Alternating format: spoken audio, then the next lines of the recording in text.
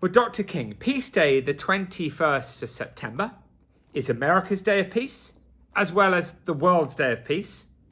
Why is this day so important to you? What does it represent? I think days like this, when we're focused on peace, are important because of the numerous conflicts that are in our world, the violence that is in our society. It gives us a time to reflect and to refocus and to recalibrate, to understand that if we want to have a just, humane world, then peace is going to be essential to that. And we have to take those moments, we have to take those times to remind ourselves of the importance of peace, to reflect on it, to talk about ways in which we can create peace in our world. Hopefully, we will move to, a season, and then a year, and then a decade, and then a millennial of peace. But certainly, it starts with one day, which is so important to remind the world that we do not have to be at war. We do not have to be fighting with each other, even with our words, that there is a better way. And so I thank God for days like today in our nation and across our world. Thank you, Dr. King. I mean, given the difficult situation that we're facing globally, how can we as individuals play a role in decreasing violence and holding communities and families together? Well, I think it's important for us to understand that peace is not automatic. Um, the cessation of conflict is not automatic.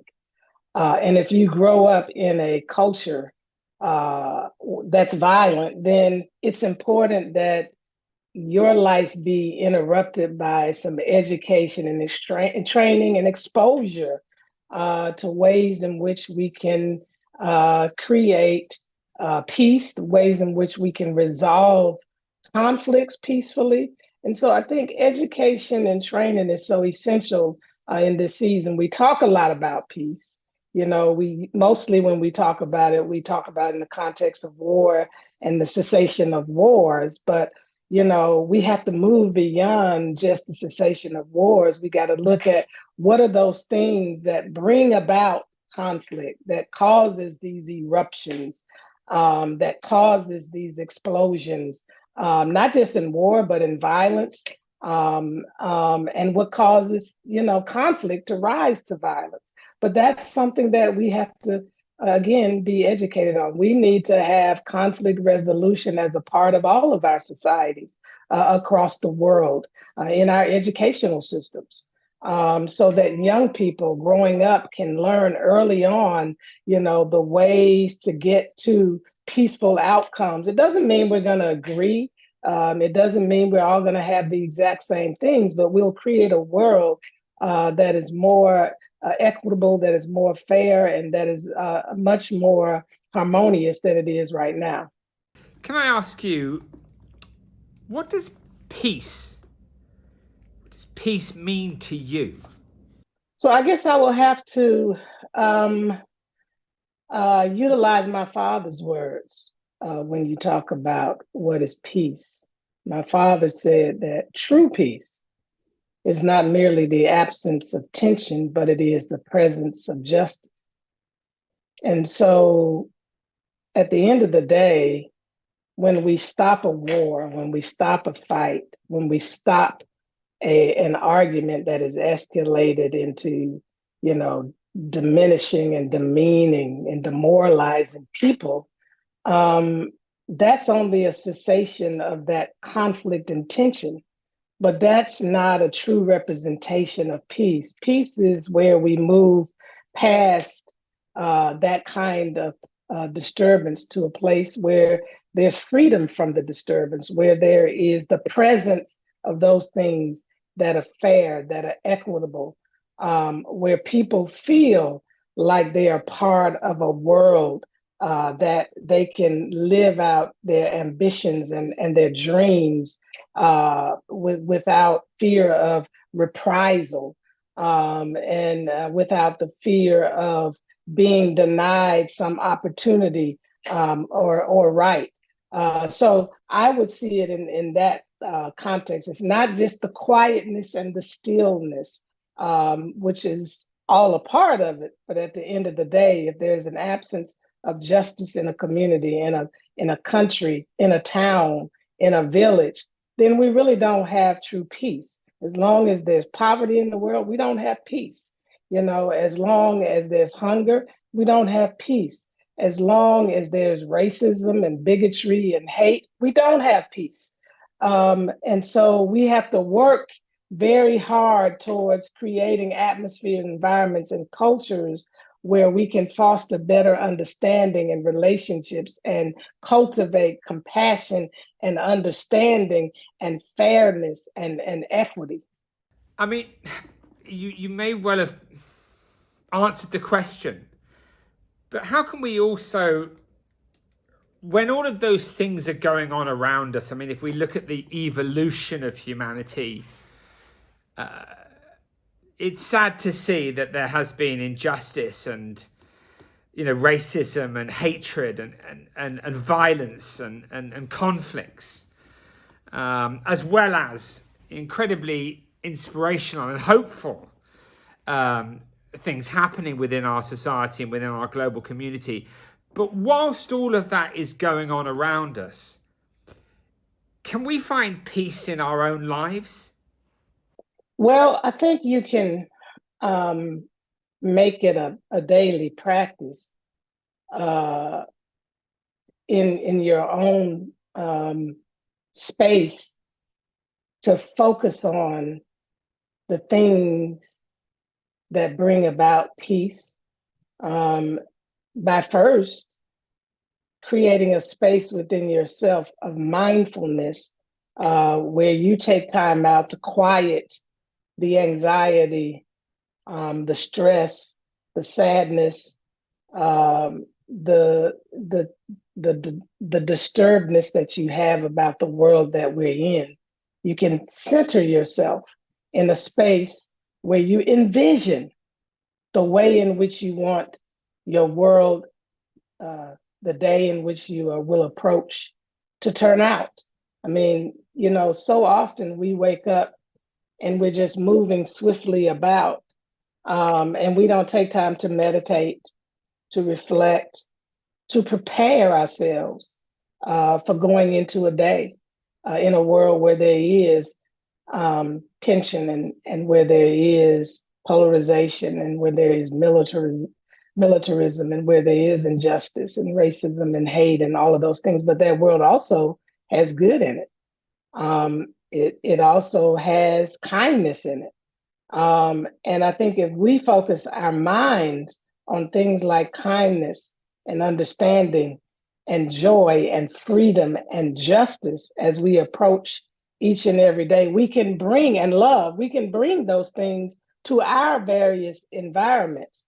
But if we start our day, which most of us do, with the news, where we hear all of the turmoil that's happening in the world, all of the negative and dark things, then we're in a mindset and in a spirit, of feeling tense and anxious. So we're already starting at a 10 or 8 or 7 in our day, and anything can kind of set you off. But if you start in another way, it gives you the ability to navigate the world, but also to bring to that world that kind of mindset that you have. So I think meditation, for those who are, Christians or any other religions that believe in prayer. And then I said mindfulness, sometimes listening to a certain kind of music at the beginning of your day is important. So that helps to set your mind, and then focusing, as I said, on your thoughts. If you want the world to be just and humane, you have to put that in your mind. You have to put that vision in your mind. You have to envision it. That's what my father's I Have a Dream speech was about. It was about a vision for people to hold on to as they're fighting against injustice, as they're fighting against inequity, as they're fighting against exploitation and oppression, and selfishness and white supremacy. He gave them a vision of a world that could be. And so that gives you the ability to move through that world and bring a different spirit to that world. And so I think those are ways in which you can, start the day and be a contributor to a world of peace. Could you talk to us about the resources? Here you were talking about finding peace in our lives and finding peace in our communities and having that mindset. But you have incredible resources at the King Center, not just for individuals and schools, but also for businesses. Could you talk to us about the resources that you've created to decrease violence around the world, and how can people find out about them? So yes, I'm happy to do that, and I want to put it in a context. I mention this quite often because I want people to get it. I want them to remember it, and I want them to reflect upon it.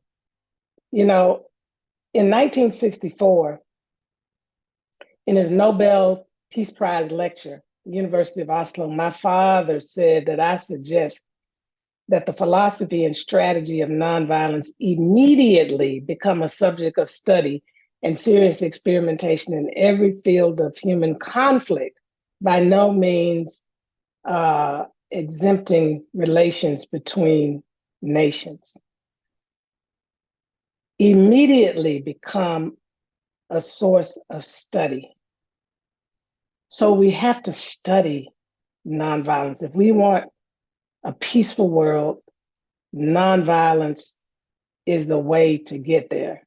It's the way to create the beloved community. And Dr. King, Gandhi, obviously influenced my father, Dr. King. And my father created a philosophy, principles of nonviolence, and a methodology, steps of nonviolence. And just last year in 2022, the King Center launched Nonviolence 365 online.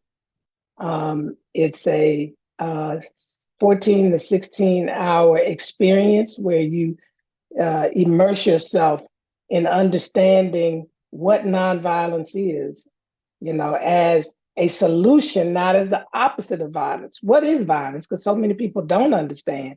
They think violence is a physical thing.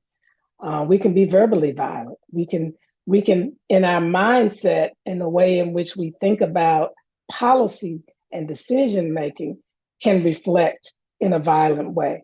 And so we challenge people to look at the different ways of nonviolence and then understand, for us, nonviolence is a love-centered way of thinking, speaking, acting, and engaging individuals that brings about personal, cultural, and societal transformation.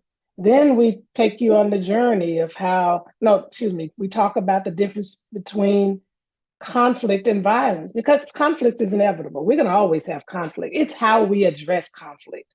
And this is what this platform begins to do. It begins to open you up and understand, the healthy level of conflict, but then those unhealthy levels and what we can do about de-escalating.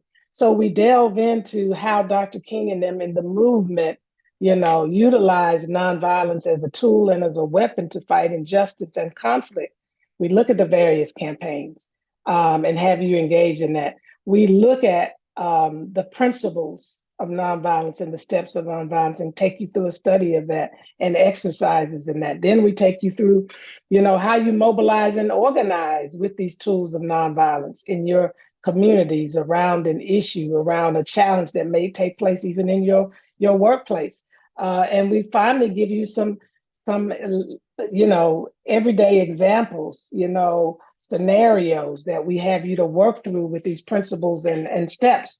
And so we've created that source of study for people all over the world on our website at thekingcenter.org, or you can go to thekinginstitute.org and you can log on, and it's self-paced. You can do it as you have time to do it. You can do deep reflection. It's going to cause you to do some introspection. And we encourage people to study it and then begin to practice it in your workplace, in your home, in those campaigns that you may be a part of to address the injustices or inequities that exist in your particular society. We've translated into 6 languages: German, Korean, Italian, French, Spanish, and Mandarin, and we're going to be translated into other languages as we get the funding. But nonviolence, as Daddy said, the aftermath of nonviolence is redemption, is reconciliation. It's the creation of the beloved community. And when I look at the beloved community, I think about it as a just, humane, equitable, and peaceful world. So how do we get to that place? How do we finally get to the peace that he talked about, which is the presence of justice? We get there through nonviolence. So we have to study it. We have to understand it. And then we have to begin to employ it on a day-to-day basis. That's why we say nonviolence 365, because it wasn't just something Dr. King employed when he was in a campaign, a nonviolent direct action campaign. He employed it in his everyday life from the time he woke up to the time he went to sleep. He employed it. He didn't get a chance to further expound on it. That's why my mother, Coretta Scott King, founded the King Center, so that we would be the official institution to help people to understand Dr. King's nonviolent philosophy and methodology and how it applies in our everyday life and with our issues in society. And he said this about nonviolence: it's the answer to the crucial political and moral questions of our time. So if we need an answer to the world's problems today, nonviolence is the answer. And we encourage you to log on to thekingcenter.org or thekinginstitute.org and begin your journey, your pilgrimage to nonviolence, so we all can bring a nonviolent mindset and approach to the issues of our world and create a society where there is true peace, which is not merely the absence of tension, but the presence of justice. And when injustice ceases, we know that love will prevail. Well, Dr. King, thank you for speaking to me on the 21st of September, Peace Day. It's so inspiring listening to you. And I really thank you for all of the support that you've given Peace One Day in sending out messages to people of the world that I hope informs, inspires, and engages them towards action. Thank you, Dr. King. Thank you. I appreciate you once again.